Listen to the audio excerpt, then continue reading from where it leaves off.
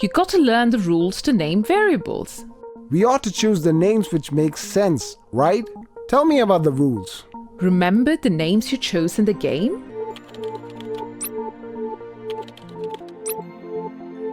They're wrong. For instance, take the first one. You used a space here. That's not allowed. You can join words like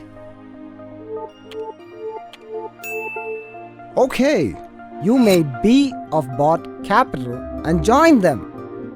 Yeah, we call this style of naming as camel case. Well, you could also use underscore to join the words. Interesting. I wonder if I can use other symbols.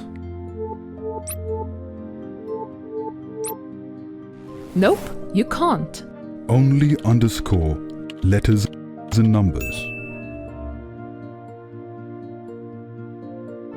Okay. So what's wrong with this one? I used only letters and numbers. Good question. You can't start a variable name with a number. Oh, so a variable name can have a number but can't start with a number, right? Yes, which means it can only start with an alphabet or underscore.